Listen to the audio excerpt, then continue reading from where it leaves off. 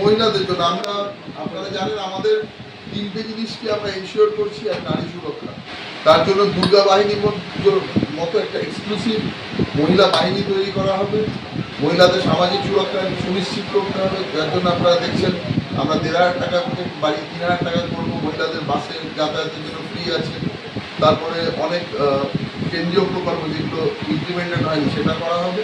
সঙ্গে আমরা এটা এনশিওর করবো যাতে 33% যে রিজার্ভেশন, যেটা এবারে বিরোধীরা করতে দেয়নি, মানে কত বড় অপরাধ যেভাবে জানে না, তো আমরাই আবার চেষ্টা করবো যত তাড়াতাড়ি সম্ভব এই মহিলাদের যেটা 33% রিজার্ভেশন বিল আছে এটা যাতে ভবিষ্যতে পার্লামেন্টে পাস হয়, যাতে মহিলারা তাদের প্রতিনিধিত্বের মাধ্যমে সমাজে একটা বার্তা দিতে পারে।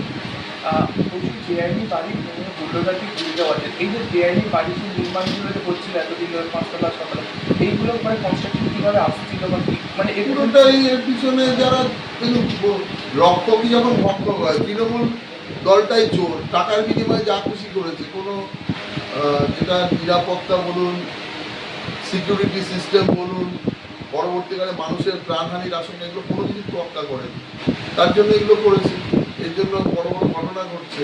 তো এগুলো সমস্ত আপনার কি মনে হয় সংশ্লিষ্ট পুরসভা বা পঞ্চায়েত এরিয়ায় যারা প্রশাসক ছিল তাদের পারমিশন ছাড়া এগুলো ঘটেছে। এগুলো ঘটেছে এই জন্যই হয়েছে। এবার তার বিরুদ্ধে আইনগত পদক্ষেপ তো নিতেই হবে। মেয়েদের জন্য যে বাস ভাড়া ফ্রি করা আছে, তোমার কী পদ্ধতি হলে মানে বাস ভাড়া মানে না, সেটার জন্য তো দেখুন, সেটার জন্য অতি অবশ্যই সরকারি বাসে সেই সার্কুলারগুলো আসবে। এখনও মানে আমাদের মন্ত্রিসভাটা পুরোপুরি গঠন হয়নি। মাননীয় মুখ্যমন্ত্রীর কাছে বেশ কিছু দপ্তর রয়েছে, বাকিগুলো 5 জন মাত্র মন্ত্রী রয়েছে।